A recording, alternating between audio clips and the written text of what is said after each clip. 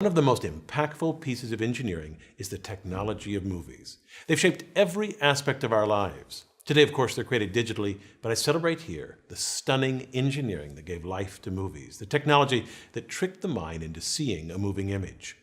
Film came in many sizes, from the giant 70mm, popular in the 1960s for epics like Lawrence of Arabia, to 35mm used for most feature films, to 16mm for schools, and even 8mm used by home enthusiasts.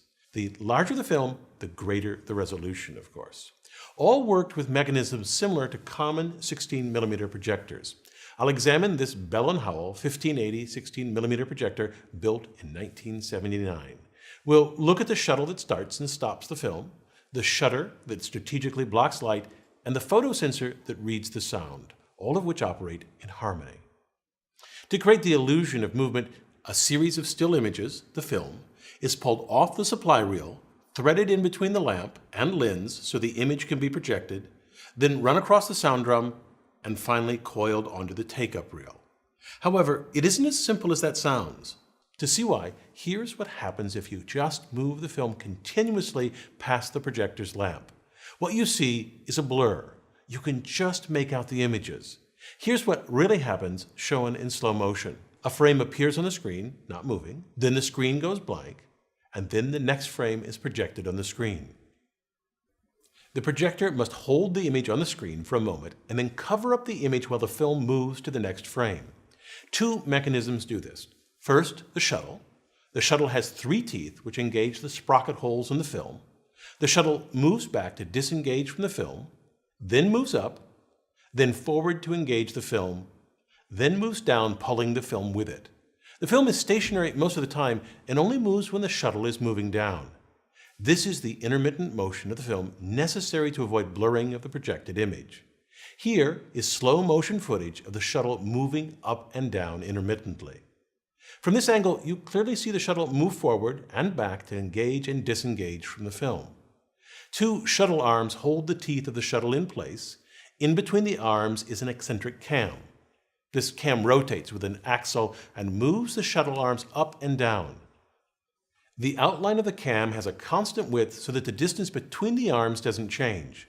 The cam shape holds the shuttle steady at the top and bottom of its travel. To see how the shuttle moves forward and backward, let's look down from above. The shuttle arms act like a third-class lever.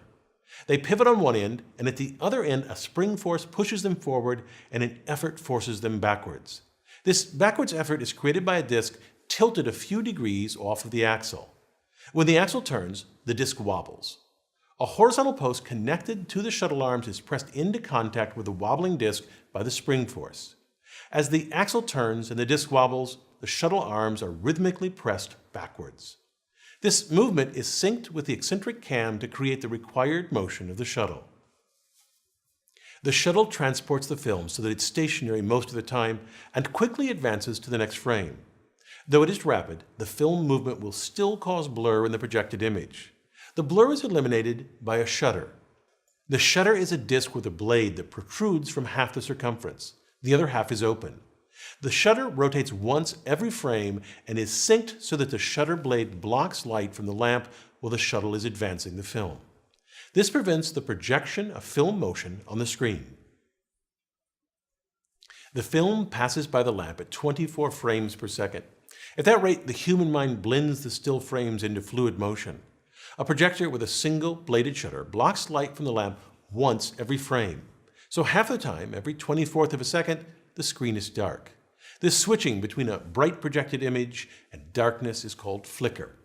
If the flicker occurs at about 60 to 70 times per second, the bright flashes fuse together and appear, to the human eye, continuously bright with no periods of darkness. This rate is called the flicker fusion threshold.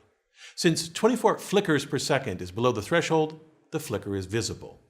This flicker is the origin of the term flick as slang for movies. But modern film projectors don't have this problem. How did they fix it?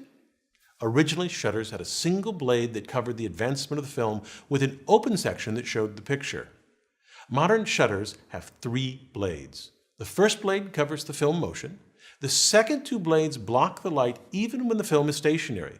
They only serve to increase the flicker rate. The 3 openings allow the image to be projected half the time.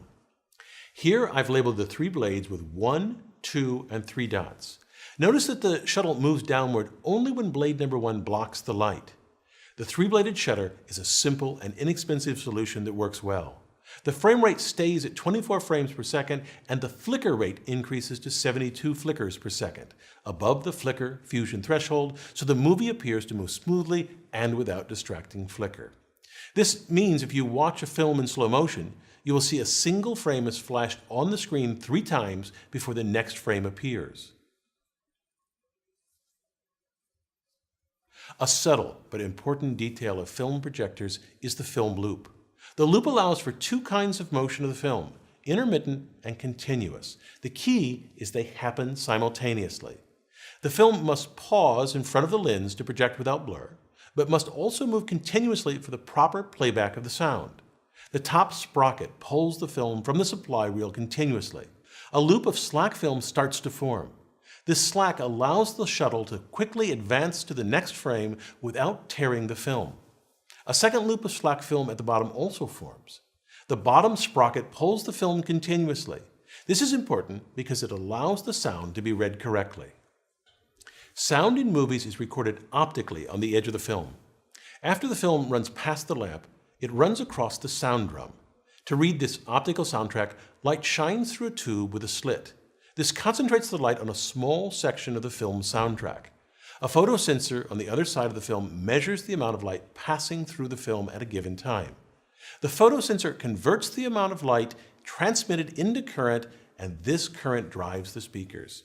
A soundtrack that oscillates slowly produces low-frequency sounds. If it oscillates more rapidly, it will produce higher frequencies. The volume is determined by the amplitude or width of the soundtrack.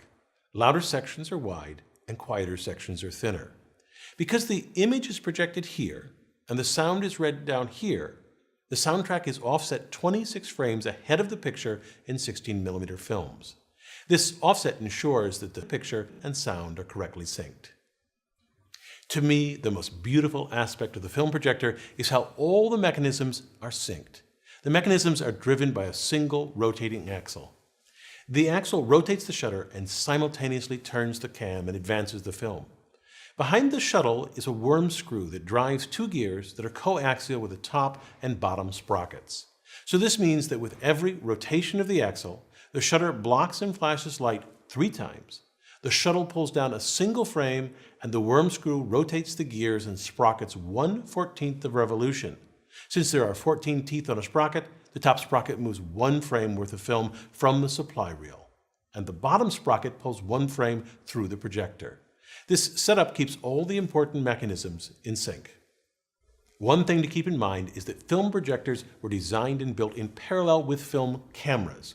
In fact, in many respects, the technology in both cameras and projectors are nearly identical.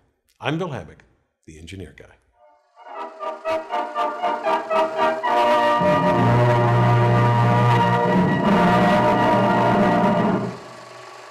Thank you to our advanced viewers who helped shape this video. Will you help us make our next video?